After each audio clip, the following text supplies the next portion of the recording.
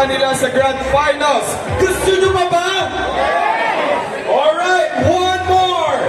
We have hawk number 9!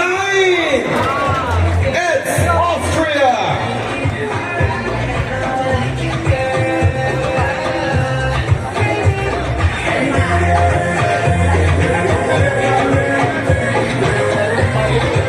Gusto nyo pa ba?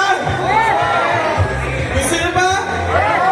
Alright, ladies and gentlemen, last grand finalist for tonight.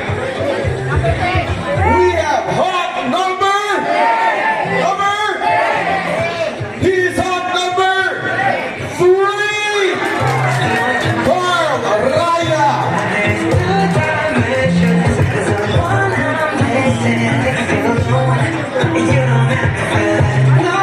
There you are, ladies and gentlemen, our grand finalists. But of course, gentlemen, just hang on there dahil meron pa rin kayong chance para bumalik sa ating wild card.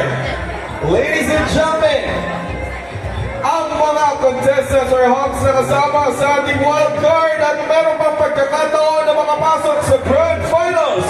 We have hawk number 6, Elvin Lani.